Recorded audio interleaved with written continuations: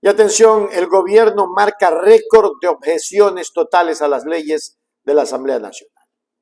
El gobierno actual se ha convertido en el que más objeciones totales ha realizado a proyectos de ley aprobados por la Asamblea Nacional, según señala el secretario de la Asamblea, Alejandro Muñoz.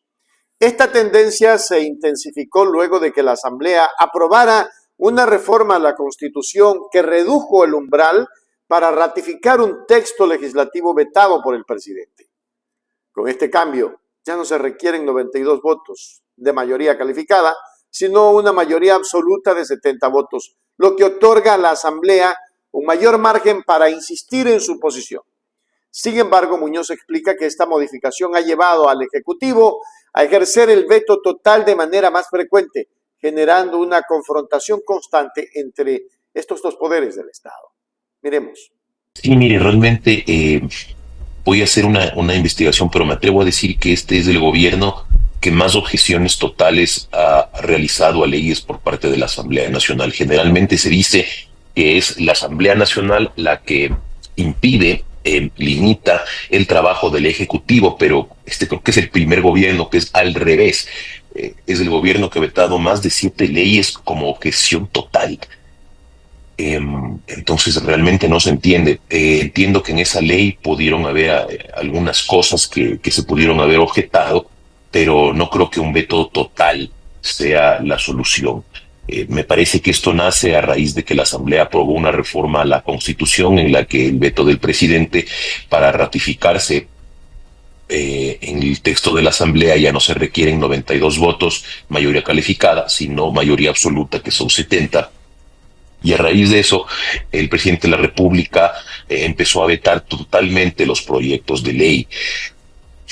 ¿Qué le puedo decir? Realmente, siempre, como le digo, parecía que la Asamblea, se decía que la Asamblea obstruía el trabajo del presidente, pero en cambio estamos viendo que es el presidente el que obstruye el trabajo de la Asamblea. Entonces, sí, ante eso, les pido disculpas ante eso. La Asamblea Nacional es muy respetuosa de la Constitución. Reconocemos el derecho de veto que tiene el presidente de la República y estos proyectos que se han vetado totalmente no pueden ser tratados sino dentro de un año, y pues eso es lo que debería ocurrir en este caso. Pero sí, ¿qué le puedo decir? Es otra obstrucción por parte del gobierno al trabajo de la Asamblea Nacional. Si no estoy mal, este ya es el 8º veto total. Creo que habla por sí solo, ¿no? Uh-huh. ¿Y esta ley ya tiene que esperar un año para volver a intentarlo, o cómo funciona? Sí, para poder conocer nuevamente el texto del proyecto se tiene que esperar un año. Eso es lo que establece la Constitución y lo que establece la ley cuando ocurre una objeción total. Y respecto a su otra pregunta, respecto al tema de la ley de la función legislativa, ayer ocurrió el segundo debate de dicho proyecto y se decidió que regrese a la comisión por un plazo máximo de 8 días para que se puedan ajustar ciertas observaciones que hicieron los legisladores dentro de las propuestas más importantes de esta ley. Es, como usted precisamente mencionaba, sancionar lo que se denomina un criterio político como el transfugismo político, ¿no es cierto? Y evitar pues que legisladores puedan ser tentados por otras bancadas que llegaron con un plan de gobierno, que llegaron con un plan legislativo y que finalmente por intereses particulares, intereses políticos, protervos intereses, terminan yéndose a otra bancada, digamos, de ideología totalmente diferente, traicionando a sus votantes. Entonces, evidentemente, esta es una reforma que se está planteando dentro del legislativo y que yo creo que la ciudadanía es algo que ha venido reclamando hace mucho tiempo.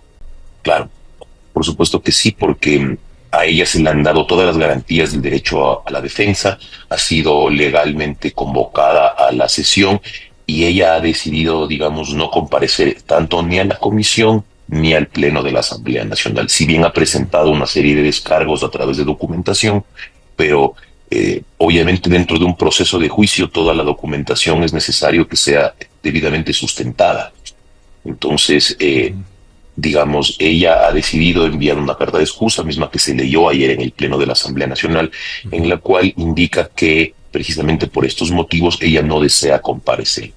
Entonces, ante eso, la Asamblea Nacional tiene el sustento legal para poder continuar con el procedimiento legislativo en ausencia de la persona. Muñoz considera que este fenómeno evidencia una falta de consenso político y voluntad de diálogo entre las partes. Mientras el Ejecutivo utiliza el veto total como herramienta para bloquear iniciativas que no considera alineadas con su visión, la Asamblea se enfrenta al reto de consolidar mayorías que respalden sus propuestas. Este choque entre poderes ha ralentizado el avance de reformas claves y mantiene al país en un clima de incertidumbre legislativa. Es necesario que ambos poderes trabajen en mecanismos de negociación más efectivos para garantizar que las leyes respondan a las necesidades de los ciudadanos, concluye el secretario de la Asamblea Nacional. Pero aquí hay que ponerle un poco de sal y un poco de pimienta. El presidente de la República veta porque es un muchacho que no tiene nada y está rodeado de muchachos que no tienen nada en el cerebro. Vetan porque les dan la gana, o porque están bravos, o porque no le hicieron esto, porque no le hicieron lo de allá. Ese tipo de gobierno son gobiernos fáticos, dictatoriales. Son gobiernos que no van a ningún lado. Son gobiernos a los que no les importa el bienestar ciudadano, solo el bienestar de sus bolsillos y de ellos. Terrible, ¿no? Hágase miembro plata, miembro oro y suscríbase a Hechos Ecuador Noticias. Hechos Ecuador, suscríbete ya.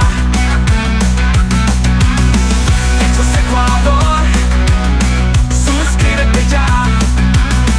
Hechos Ecuador, la verdad está ahí. No te pierdas nada, cada día algo nuevo. Conéctate al canal y mantente informado. Siempre estamos aquí para darte lo mejor. Hechos Ecuador, claro, la verdad sin temor. Hechos Ecuador.